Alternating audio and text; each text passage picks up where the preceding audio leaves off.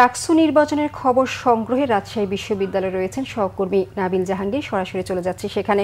Nabil, vote গ্রহণের এখনকার চিত্র আমাদের জানাবেন, আর ভোট নিয়ে আর কোনো অভিযোগ পাওয়া গেছে কি সেটাও জানাবেন।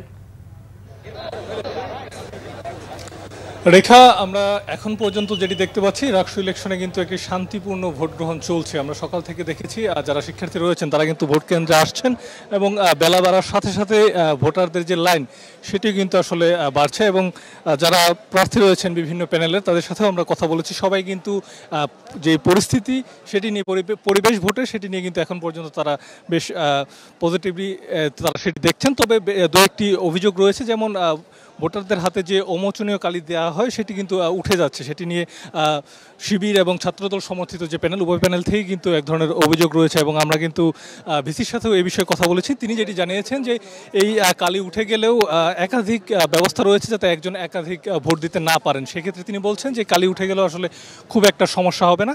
তবে সব মিলিয়ে যে পরিবেশ সেটি কিন্তু এখন পর্যন্ত আসলে সুষ্ঠু এবং যারা ভোট দিচ্ছেন তাদের পক্ষ থেকেও কিন্তু তেমন কোনো অভিযোগ নেই।